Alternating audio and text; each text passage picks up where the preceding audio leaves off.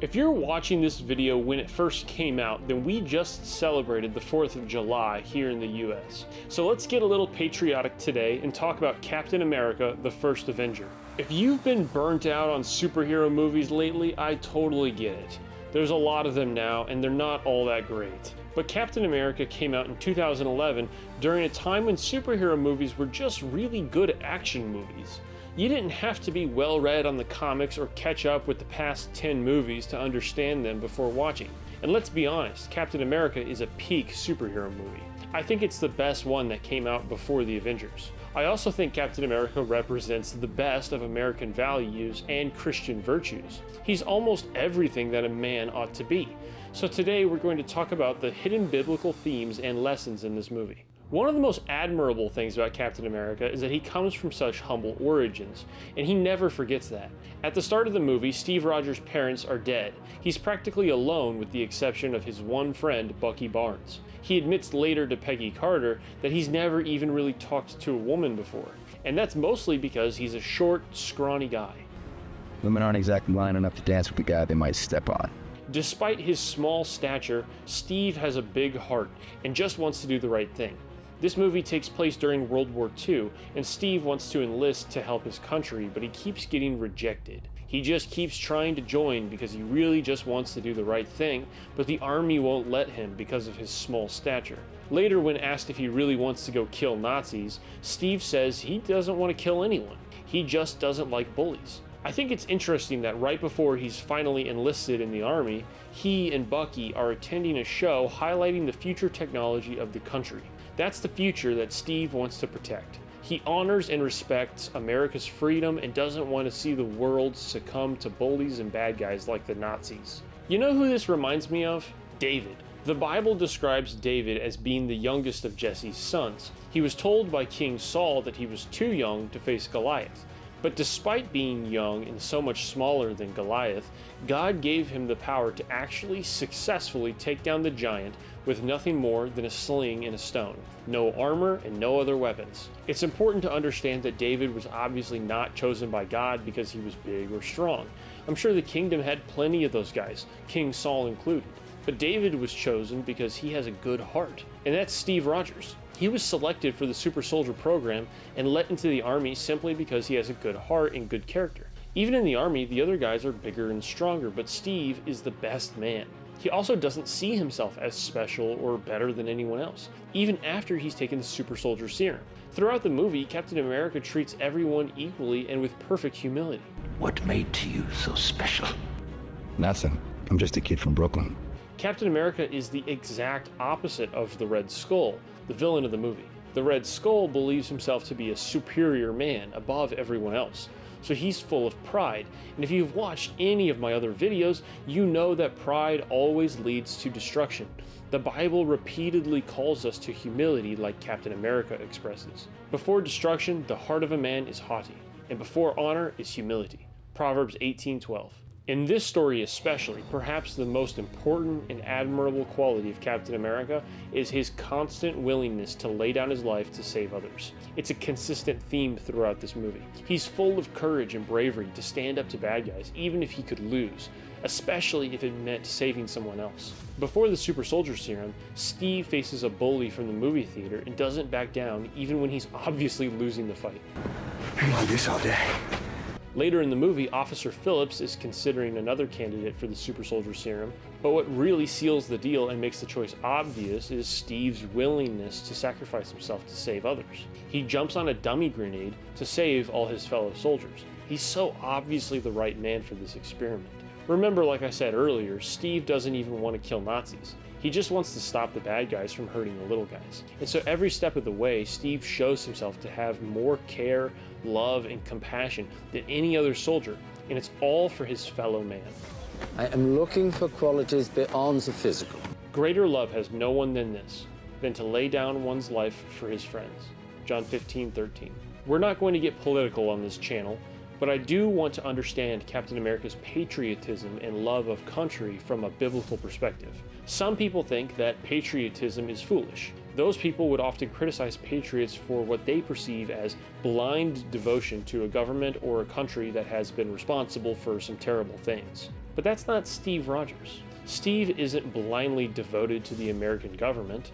In fact, at one point, he outright abandons his job as a propaganda performer to go save people. He'll defy orders if it's the right thing to do. And even though he dons the stars and stripes, I think Steve's patriotism is more about devotion to his country's people. Because throughout the movie, he shows a biblical love for others and for his fellow neighbors. Jesus said to him, "You shall love the Lord your God with all your heart, with all your soul, and with all your mind. This is the first and great commandment. And the second is like it. You shall love your neighbor as yourself." Matthew 22:37-39.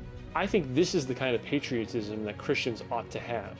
Not blind allegiance to a government which may have done some horrible things in the past, but rather love for our fellow citizens. Even undergoing the super soldier procedure, Steve shows that he's willing to endure pain and suffering if it means helping others. And later, when he finally sees an opportunity to go save his friend Bucky, he immediately takes it without second thought. Everyone else is telling him it's a suicide mission, and he hasn't even been given the proper training to do such things. But with full bravery and confidence, he jumps out of a plane to sneak behind enemy lines and rescue prisoners. That's a level of courage that hardly anyone else has. For God has not given us a spirit of fear, but of power and of love and of a sound mind. 2 Timothy 1:7. Even after fearlessly saving all of those guys, he surrenders himself for disciplinary action. He's always going to do the right thing, no matter what the consequences may be for himself. You don't give up, do you? Nope. I could do this all day. And that leads us right to the end of the movie. Fully expecting himself to die, Captain America sacrifices himself in the end to save the country from a deadly attack on US soil.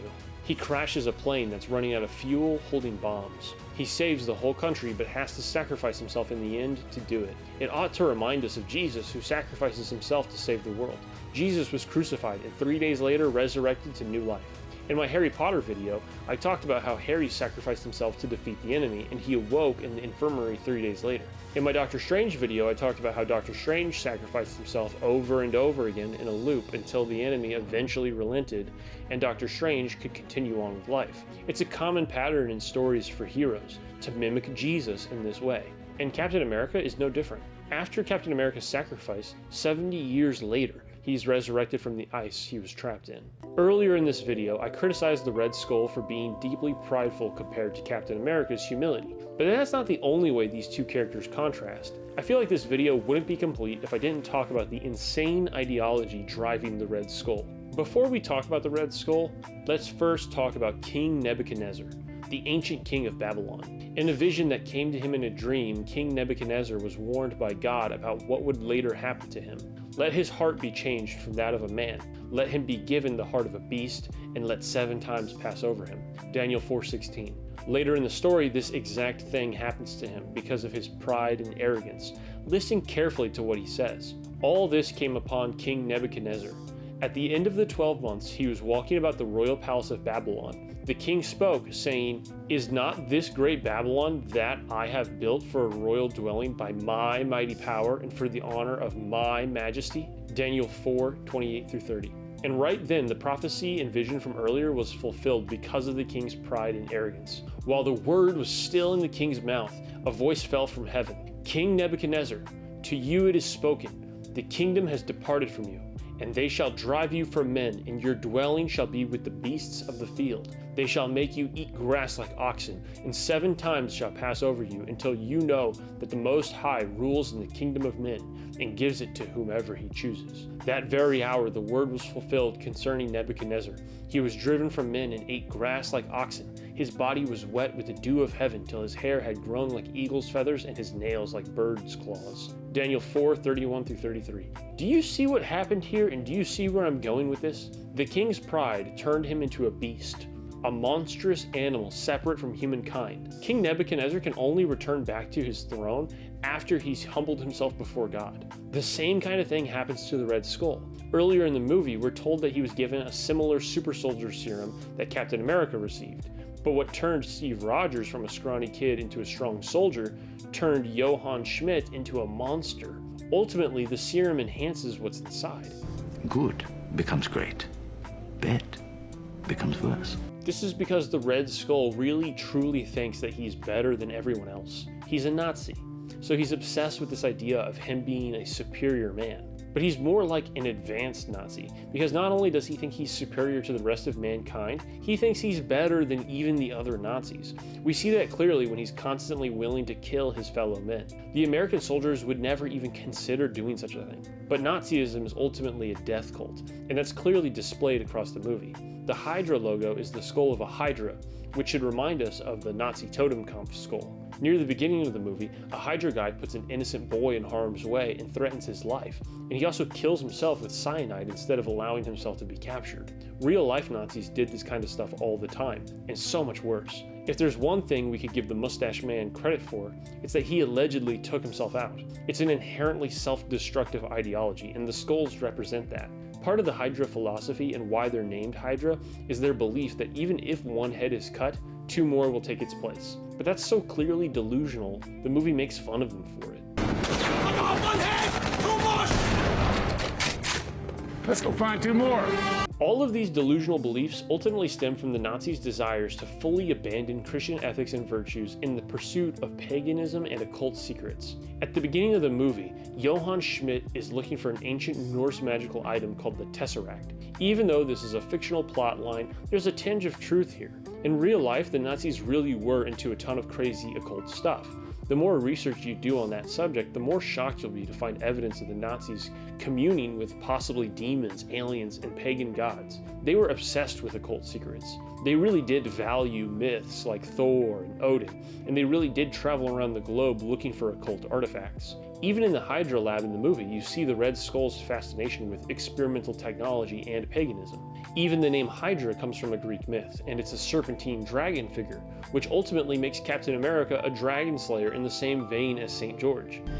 He and Hitler share a passion for occult power and Teutonic myth. What others see as superstition, you and I know to be a science. Schmidt believes he walks in the footsteps of the gods. There's only one God, man. And I'm pretty sure he doesn't dress like that.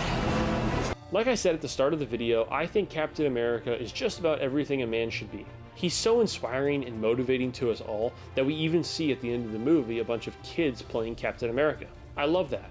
Kids do that all the time in real life too, and I think they should. He's a good role model, and we have a lot to learn from him, but even more to learn from the Bible.